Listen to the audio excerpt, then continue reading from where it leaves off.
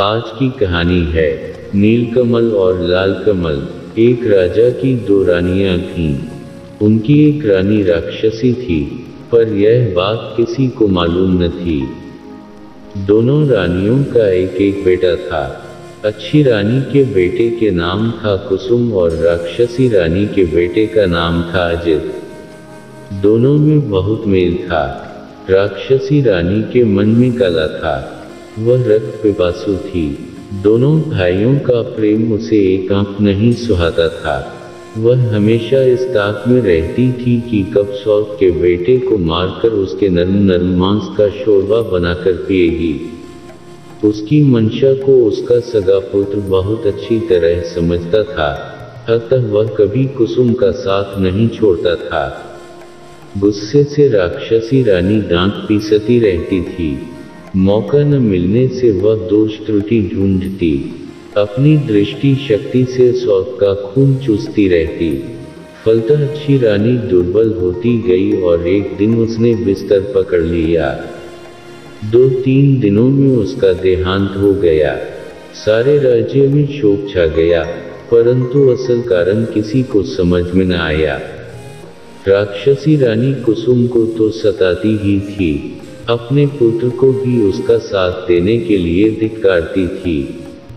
एक दिन अजित ने कुसुम से कहा, भैया जाने दीजिए, हम लोग उनके पास और नहीं जाएंगे। उन लोगों ने उस राक्षसी मां के पास जाना बंद कर दिया, परंतु राक्षसी मां का अत्याचार फिर भी जारी रहा। अजित अपने दिल को कड़ा कर सब सहता रहा, पर नर्म दिल वाला कुसुम धीरे धीरे सूखता गया। रानी ने जब देखा कि उसका सगा बेटा ही उसका शत्रु बन गया है, तो वह एकदम जल भुन गई। एक रात राजा के हाथी खाने में एक हाथी की मौत हो गई, घुड़साल में एक घोड़ा मर गया और गौशाला में एक गाय मृत पाई गई। राजा का गुस्सा 7वें आसमान पर चढ़ गया। दूसरी रात राजमहल में शोरगुल सुनकर राजा चिंतित कर उठे और तलवार लेकर अपने कमरे से बाहर निकले। सोने के पलंग पर अजित और कुसुम सोए थे। एक बड़ा राक्षस कुसुम को उठा लाया। इससे पहले कि राजा कुछ करते, रानी ने अपना एक केश तोड़कर राजा पर फेंक दिया। राजा वहीं जड़ हो गए। उसकी आंखों के सामने राक्षस कुसुम को खाने लगा। राजा की आंखों से अश्रुधार बह निकली, पर वे उसे पहुंच नहीं सके। उनका शरीर थर थर कांप रहा था, पर वे बैठ भी न सके। रानी अट्टहास कर उठी। अजित की नींद टूट गई। उसने देखा कि कुसुम भैया पास में नहीं हैं। वह हड़बड़ाकर उठा। उसने देखा कि रानी के हाथ का बाला कंगन झमझम कर रहा है और कुसुम भैया को राक्षस खा रहा है। क्रोध से उसका शरीर जलने लगा। वह दौड़कर वहां पहुंचा और राक्षस के सिर पर एक जोर का चूंसा मारा। राक्षस हाय हाय कर चीत्कार कर उठा और सोने का एक टुकड़ा उगलकर भाग गया। रानी ने देखा कि यह तो अनर्थ हो रहा है, अपना ही पुत्र दुश्मन बन गया है। क्रोधाग्नि में जलती रानी अपने ही पुत्र को चबाने लगी। तभी उसके गले से लोहे का एक टुकड़ा गिर पड़ा। हतप्रभ होकर वह उछल पड़ी और सोने एवं लोहे के टुकड़े को लेकर छत पर चढ़ गई। छत पर राक्षसों की भीड़ थी।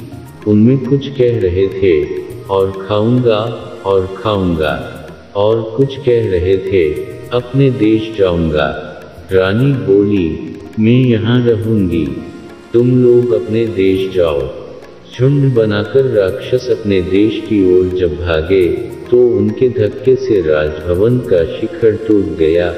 पेड़ पौधों की डालें टूट गईं। नदी के जल में उताल लहरें उठी और राजा का हृदय कांप उठा। जली भुनी रानी अपने कमरे में आई। उसे कहीं से भी चैन नहीं आ रहा था। रात काटे नहीं कट रही थी। अंत में उसने अपनी जादुई आराम छड़ी एवं जिराम छड़ी को जला दिया और आसमान में उड़ती हुई एक नदी के किनारे उतरकर एक बांस वन में एक स्थान पर सोने के टुकड़े एवं लोहे के टुकड़े को गाड़ दिया। फिर निश्चिंत होकर वह घर लौट आई। दूसरे दिन राजा यह देखकर हैरान रह गया कि पूरे महल में जगह जगह हड्डियों के ढेर, रास्ते में भी सर्वत्र हड्डियां बिखरी हुई हैं। पूरे देश में राक्षसों ने आतंक फैला रखा है, रक्षा का कोई मार्ग नहीं। जब लोगों ने सुना कि राक्षसों ने राजपुत्रों को भी खा लिया है, तो सब झुंड का झुंड बनाकर राज्य छोड़कर भागने लगे। राजा जड़ हो गए, उनके राज्य में राक्षस छा गए। नदी किनारे बांस वन में एक किसान बांस काटने गया। एक बांस को चीरने पर उसे 2 अंडे दिखे। उसे समझ में नहीं आया कि वे सांप के अंडे थे या किसी और प्राणी के, तब उसने अंडों को फेंक दिया। अंडे टूट गए। लाल रंग के अंडे से एक लाल रंग का राजपुत्र और नीले रंग के अंडे से नीले रंग का राजपुत्र प्रकट हुआ। माथे पर मुकुट, हाथ में नंगी तलवार लिए दोनों राजपुत्र वायुवेग से वहां से चले गए। डर से किसान मूर्छित हो गया। जब उसे होश आया तो उसने देखा कि लाल अंडे का खोल सोने का एवं नीले अंडे का खोल लोहे का बनकर वहां पड़ा हुआ है। किसान ने लोहे वाले खोल से अपने लिए एक हंसिया और सोने वाले खोल से अपनी पुत्रवधू के लिए एक बाजूबंद बनवा दिया। दोनों राजपुत्र चलते चलते एक राज्य में पहुंचे। वहां बड़े बड़े राक्षसों से लोग डरे सहमे रहते थे। राजा रोज मंत्री नियुक्त करते, पर राक्षस उन्हें खा जाते एवं एक परिवार के लोगों को खा जाते। राजा ने घोषणा कर दी थी कि जो कोई भी जोड़ा राजपुत्र राक्षसों का संहार करेगा उसके साथ परी की तरह जुड़वां राजकुमारियों का ब्याह करा दिया जाएगा एवं उनका राजत्व भी उन्हें मिलेगा। अनेक जोड़ा राजपुत्र आए, पर राक्षसों ने उन्हें खा लिया। लालकमल और नीलकमल राजा के समक्ष उपस्थित होकर बोले, हम लोग राक्षसों को मारने के लिए आए हैं। उन्हें देख राजा के मन में आशा निराशा के भाव उठे, पर अंत में बोले, ठीक है। नीलकमल और लालकमल नंगी तलवार लेकर एक कमरे में छुपकर बैठ गए। धीरे धीरे रात गहराने लगी, कोई भी राक्षस नहीं आया, और एक पहर बीता, तब भी कोई नहीं आया। आधी रात बीतने पर भी कोई नहीं आया। दोनों राजपुत्रों को नींद आने लगी। नीलकमल ने लालकमल से कहा, भैया मैं सो जाता हूँ, बाद में मुझे जगाकर तुम सो जाना। राक्षस आकर अगर नाम पूछे तो मेरा नाम पहले बताना, अपना नाम पहले मत बताना। यह कहकर नीलकमल सो गया। थोड़ी देर बाद दरवाजे पर दस्तक हुई। लालकमल तलवार को मजबूती से पकड़कर सावधान हो गया। राक्षस आए। शायद रोशनी में उन्हें ठीक से दिखाई नहीं देता था, इसलिए एक ने कहा, रोशनी बंद करो। लालकमल बोला, नहीं। राक्षसों में जो सबसे बड़ा था, गुस्से से गूं गूं करने लगा। बोला, घर में कौन जाग रहा है रे? सारे राक्षस किचकिच करते हुए बोले, कौन जाग रहा है, कौन जाग रहा है? लालकमल ने कहा, लालकमल से पहले नीलकमल जाग रहा है, और जाग रहा है तलवार, जाग रहा है घी का दिया।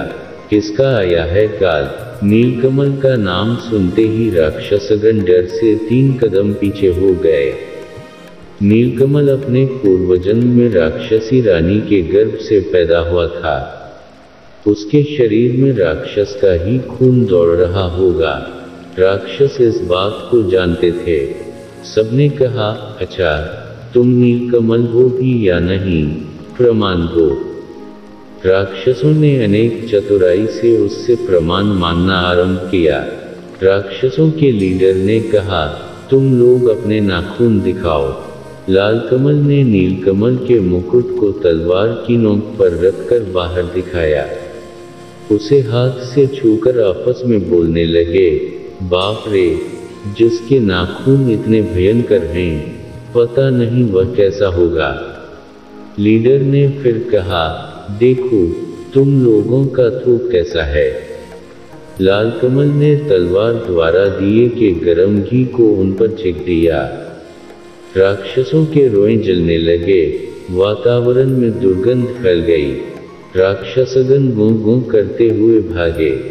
थोड़ी देर बाद फिर आकर वे बोले, तुम लोग अपनी जीभ दिखाओ जरा। लाल कमल ने अपनी और नीलकमल की तलवारों को दरवाजे की फांक से बाहर निकाल दिया। राक्षसों के लीडर ने दोनों तलवारों को अपने हाथों से कसकर पकड़ लिया और सभी राक्षसों से उसने कहा, अब मैं जीभ को खींचकर उखाड़ लूंगा। तुम लोग मुझे पकड़कर खूब जोर से खींचो। सबने जोर लगाकर खींचा। फिर क्या था, नंगी तलवार की धार से उसके दोनों हाथ कट गए और काले रक्त की धारा बहने लगी। चिल्लाते हुए सभी राक्षसों के सिरों को लांघकर लीडर राक्षस भाग गया। बहुत देर बाद लीडर राक्षस फिर कहीं से आया और पूछा, कौन जाग रहा है, कौन जाग रहा है। बहुत देर तक किसी राक्षस की आहट न पाकर लाल कमल निश्चिंत हो गया था। उसे नींद आने लगी थी।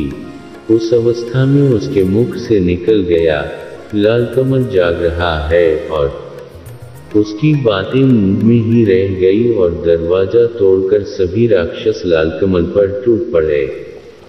घी का दीपक उलट गया। लाल कमल का मुकुट गिर गया। वह चीत्कार कर बोला, भाई, नीलकमल की नींद टूट गई। उसने देखा राक्षस हैं। अंगड़ाई लेते हुए उसने कहा, आराम छड़ी, विराम छड़ी, जाग रहा है रे कौन। देख जरा दरवाजे पर, मेरी नींद तोड़ रहा कौन। नीलकमल की आवाज सुनते ही सारे राक्षसों की सिट्टी पिट्टी गुम हो गई। वे अधमरे हो गए।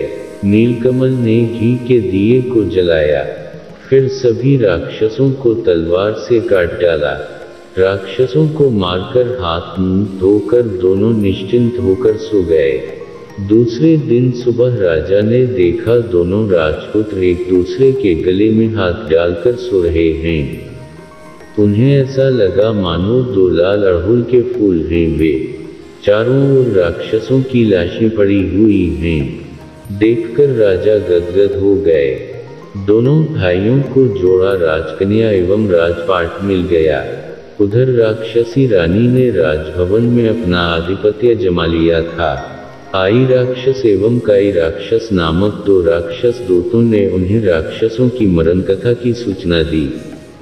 सुनकर रानी हतप्रभ होकर अपनी छाती पीटने लगी और बोली, आई रे, काई रे, अब तो मैं नहीं बचूंगी रे। राक्षसी रानी के कहने से आई काई दोनों राक्षस दूत सिपाही का वेश धारण कर नीलकमल एवं लाल कमल की राजसभा में गए और बोले, छाती में कील, पीठ में कील, हमारे राजा को जब तक राक्षसों के सिर का तेल नहीं दिया जाएगा, उनकी बीमारी दूर नहीं होगी। लाल कमल नीलकमल ने कहा, ठीक है, तेल ला दूंगा। नई तलवारों में धार देकर दोनों भाई एक जंगल में पहुंचे। एक विशाल बरगद के पेड़ के नीचे विश्राम हेतु बैठे। पेड़ पर एक बेनगमा बेनगमी पक्षी का घोंसला था। बेनगमी ने बेनगमा से कहा, काश कोई दयालु व्यक्ति होता जो अपने 2 बूंद रक्त से हमारे बच्चों के प्राणों की रक्षा करता। यह सुनकर लाल एवं नील ने कहा, पेड़ पर कौन बातचीत कर रहा है, हम लोग अपना रक्त दे सकते हैं। यह सुनकर बेनगमी खुशी से हा हा करने लगी। बेनगमा नीचे उतरा। दोनों भाइयों ने अपनी उंगली चीरकर उसे खून दिया। खून लेकर बेनगमा ऊपर चला गया। थोड़ी देर बाद सू करते हुए बेनगमा के 2 बच्चे नीचे उतरकर बोले, हमारे प्राण बचाने वाले राजपुत्र, तुम लोग कौन हो? हम तुम्हारे लिए क्या कर सकते हैं? बोलो। नीललाल ने कहा, हमें किसी चीज की जरूरत नहीं, बस तुम लोग जीवित रहो। बेगमा बेगमी के दोनों बच्चों ने कहा, ठीक है, पर तुम लोग जाओगे कहाँ? चलो हम तुम्हें पीठ पर बैठाकर वहां छोड़ाते हैं। दोनों राजपुत्र उनकी पीठ पर बैठ गए। देखते ही देखते तीव्र गति से वे हो कर उड़ने लगे। नदी नाले, जंगल, पहाड़, चंद्र सूर्य को पीछे छोड़ वे शून्य में उड़ने लगे। 7 दिन 7 रात तक लगातार उड़ने के बाद 8वें दिन वे एक पहाड़ पर उतरे। पहाड़ के नीचे मैदान, मैदान के उस तरफ राक्षसों का देश। नीलकमल ने कुछ उड़द के दाने चुनकर लाल कमल के कोंच में रखते हुए कहा, लोहे की उड़द चबाने के लिए वे कहेंगे तो इसे चबाना। उसके बाद वे आगे बढ़ने लगे। मैदान को पार करते ही राक्षसों के एक दल ने उन्हें घेर लिया और वे चिल्लाने लगे, हाँ मोह पाऊं, मानस गंध पाऊं, पकड़ पकड़ कर खाऊं। उन्हें देखते ही नीलकमल ने चिल्लाकर कहा, नानी माँ, हम लोग आए हैं तुम्हारा नीलकमल, गोद में उठाकर हमें ले चलो। ठहरो, रुको, कहकर सभी राक्षसों को रोककर लंबे लंबे हाथ पैर वाली, विशाल जटा वाली एक बूढ़ी राक्षसी ने आकर नीलकमल को गोद में उठा लिया और मेरा नीलू, मेरा नाती, कहकर दुलार करने लगी। नानी के शरीर की दुर्गंध से नीलकमल को उल्टी आ रही थी। लाल कमल को देखकर वह बोली, तुम्हारे साथ वह कौन है रे? नीमकमल बोला, वह मेरा भाई है नानी, भाई। बूढ़ी बोली, तब मानुस गंध क्यों पा रही हूँ? अगर मेरा नाती है तो लोहे की उड़द खाकर दिखाए। इसके साथ ही उसने अपनी नाक से 5 लोहे की उड़द निकालकर लाल नाती को खाने के लिए दी। लाल कमल को पहले से ही पता था। उसने चुपचाप लोहे की उड़द को अपने कपड़े में छुपा लिया और सचमुच की उड़द निकालकर कटक कटक करके चबाने लगा। बूढ़ी राक्षसी को विश्वास हो गया कि लाल कमल उसका नाती ही है। खुशी से वह गदगद हो गई। दोनों नातियों को गोद में लेकर वह दुलार करने लगी, लेकिन लाल कमल के शरीर से मानुस गंध पाकर उसकी जीभ में पानी आने लगा। लेकिन अपने नाती को वह कैसे खा सकती थी? दोनों को लेकर वह अपने घर चली आई। उस पूरे देश में सिर्फ राक्षस भरे हुए थे। चारों ओर राक्षस बुलबुला रहे थे। पृथ्वी से मनुष्य, जीव जंतु आदि को मारकर पूरे देश में बिखरा दिया गया था। लाल नील राक्षसों के कंधे पर बैठकर घूमते और देखते कि हर ओर मरे हुए, सड़े हुए मनुष्य, जीव जंतु बिखरे पड़े हैं। दुर्गंध ऐसी कि भूख भी भाग जाए। लाल ने कहा, भाई लगता है सारी पृथ्वी उजाड़ हो गई है। नीलकमल चुप रहा, लेकिन उसने मन ही मन ठान लिया कि पृथ्वी को अब इन राक्षसों से बचाना होगा। जब रात गहरी हो गई, तब सब निशाचर राक्षस अपने बाल बच्चों के साथ साथ समुद्र पार सभी राज्य में उत्पात मचाने, मनुष्य जीव जंतुओं को मारकर लाने के लिए चले गए। तब नीलकमल लाल कमल को साथ में लेकर राजमहल के दक्षिण की ओर स्थित एक कुएं के पास पहुंचा। वहां उसने लाल कमल से कहा, भैया मेरे कपड़ों को पकड़ो। कपड़े देकर नीलकमल कुएं में उतरकर एक तलवार और एक सोने का डिब्बा लेकर बाहर निकला। डिब्बे को खोलते ही जीवन काठी एवं मरण काठी नामक एक ततैया और तयई बाहर निकले। जीवन काठी में राक्षसों के प्राण एवं मरण काठी में उस रानी राक्षसी के प्राण बसते थे। नीलकमल ने जीवन काठी को अपने पास रखा एवं लाल कमल को मरण काठी थमा दिया। जब दोनों ततैयों के शरीर में हवा लगी, तब राक्षसों को घबराहट होने लगी। पृथ्वी पर जड़ पड़े राजा के देश में राक्षसी रानी नींद में लुढ़क गई। पृथ्वी पर गए राक्षस तेज कदमों से नदी पर्वत लांघ कर लौटने लगे। यह देख नीलकमल ने जीवन काठी ततैये के 2 पैरों को तोड़ दिया। सारे राक्षसों के दोनों पैर टूट गए। राक्षस दोनों हाथों के बल पर तेज गति से आने लगे। यह देख नीलकमल ने ततैये के बाकी दोनों पैर भी तोड़ दिए। सारे राक्षसों के दोनों हाथ कटकर गिर गए। हाथ नहीं, पैर नहीं, फिर भी सारे राक्षस हम मम कम 7 शत्रुओं को खाऊं कहते हुए लुढ़कते हुए आगे बढ़ने लगे। तब नीलकमल ने तलवार से जीवन काठी नामक उस ततैये के सिर को काट दिया। इसके साथ ही सारे राक्षसों के सिर कटकर लौटने लगे। बूढ़ी राक्षसी का सिर छिटककर नीलकमल और लालकमल के पास आकर गिरा।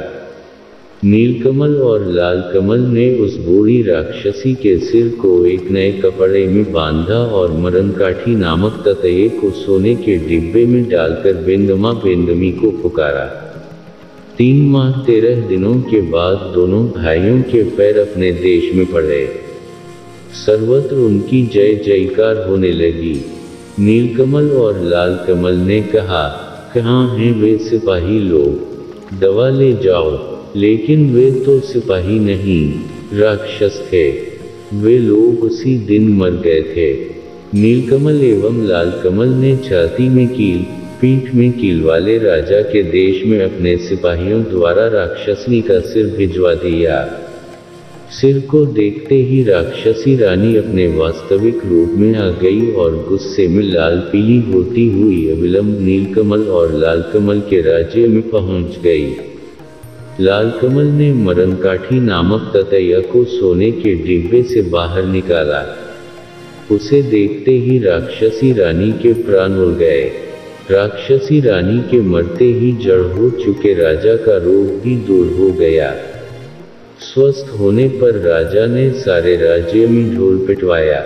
प्रजाजनों ने आकर पूछा, हाय, हमारे राजकुमार अजित और कुसुम कहाँ हैं? राजा ने भी दीर्घ श्वास छोड़ते हुए कहा, हाय, कहाँ हैं मेरे सुपुत्र? तभी राजभवन के बाहर ढाक ढोल बजने लगे। थोड़ी ही देर में नीलकुसुम एवं लालकुसुम एक दूसरे के गले में हाथ डाले राजा के सम्मुख उपस्थित हुए। राजा ने पूछा, क्या तुम लोग मेरे अजित और कुसुम हो? प्रजागण एक स्वर में बोले, हाँ हाँ, ये ही हमारे अजित और कुसुम हैं। उसके बाद दोनों राज्य एक हो गए। नीलकुसुम और लालकुसुम लीलावती और लीलावती के साथ दोनों राज्यों में शासन करते हुए सुखपूर्वक रहने लगे।